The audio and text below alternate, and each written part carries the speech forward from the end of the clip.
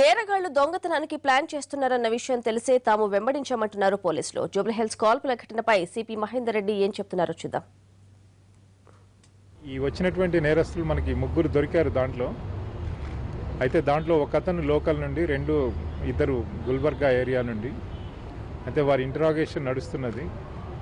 ఈ రెడ్ హ్యాండెడ్గా దొరికినటువంటి నేరస్తుల్ని చట్ట ప్రకారంగా వారిపైన చర్య తీసుకోవడం జరుగుతుంది. వీళ్ళు ఈ హైదరాబాద్ సిటీలో చాలా బిజినెస్ ఎస్టాబ్లిష్మెంట్స్లో వాళ్ళకున్నటువంటి అవుట్లెట్స్లో మనీ కలెక్షన్ చేసుకొని ఈవినింగ్ ఒక దగ్గర కలెక్ట్ చేసినప్పుడు ఆ అమౌంట్ వీళ్ళు రాబ్ చేయాలనే ప్లాన్తో వచ్చారు. అయితే వన్ ఆఫ్ ది బిజినెస్ ఎస్టాబ్లిష్మెంట్స్లో ఈ రాబరీ వాళ్ళు కండక్ట్ చేయడం కొరకు స్పెసిఫిక్ ప్లాన్తో ఇక్కడికి రావడం జరిగింది.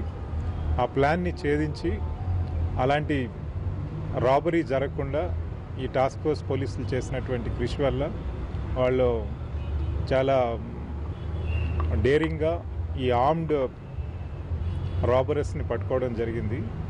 దీని తర్వాత ఈ గ్యాంగ్లో ఎంతమంది ఉన్నారు, ఇంకా బయట వారు ఇంకెవరైనా ఇన్వాల్వ్ అయ్యారా, ఇక్కడ లోకల్ వాళ్ళు ఎవరైనా ఇన్వాల్వ్ అయ్యారా అనేది ప్రస్తుతానికి ఇంటరాగేషన్లో అది తెలుస్తుంది మనకు. ఈ అఫెండర్స్ వచ్చిన వాళ్ళు మోటార్ సైకిల్స్ పైన వాళ్ళు వెళ్తున్నారు. ఆ వెళ్ళే ప్రాసెస్లో ఈ టాస్క్ ఫోర్స్ పోలీస్ వారు వాళ్ళని ఇంటర్సెప్ట్ చేసి పట్టుకోవడం జరిగింది. ఆ పట్టుకున్నప్పుడు ఈ ఎల్ఎన్టీ ఎంప్లాయీ ఒక 4-వీలర్ పైన, వాళ్ళు లంచ్ టైం కాబట్టి అక్కడ ఉన్నటువంటి ఎంప్లాయీస్ అంతా ఒక వెహికల్లో ఎక్కి లంచ్కి వెళ్ళడానికి వాళ్ళు సమాయత్తమవుతున్న టైంలో ఇది జరిగింది. అతను వెహికల్లో పై భాగాన ఉన్నాడు కాబట్టి ఈ షోల్డర్ నుంచి అది స్క్రాచ్ చేసుకుంటూ ఆ లోపల ఇంజరీ అయింది, బోన్ ఫ్రాక్చర్ అయింది. But he is completely out of danger.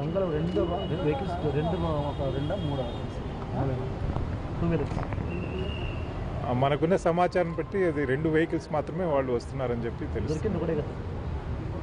అది కనుక్కుంటారు, ఇన్వెస్టిగేషన్లో తెలుస్తుంది.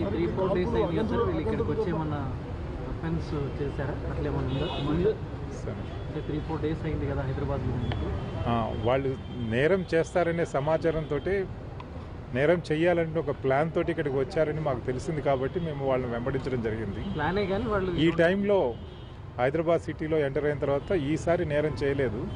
కాకపోతే గతంలో ఏమేమి నేరాలు చేశారు, ఎక్కడెక్కడ చేశారు, ఇక్కడ మన సిటీలోనే కాకుండా వీళ్ళు బయట కూడా వేరే సిటీస్లో, వేరే టౌన్స్లో ఎక్కడైనా నేరాలు చేశారా, ఇవన్నీ కూడా మనకి ఎగ్జామినేషన్లో, ఇన్వెస్టిగేషన్ ప్రాసెస్లో తెలుస్తుంది. ఎల్ఎన్టీ ఎంప్లాయీ ఇంజురీ అయింది మన ఈ తప్పంచా నుండి వచ్చినటువంటి ఫైర్ వల్లనే జరిగింది. అది పోలీసులు వారిని పట్టుకునేటువంటి ప్రాసెస్లో ఈ పెనుగులాట్లో ఆగంతకుడు ఈ ఫైర్ ఓపెన్ చేయడం జరిగింది. దానివల్ల ఎల్ఎన్టీ ఎంప్లాయీకి ఇంజురీ జరిగింది.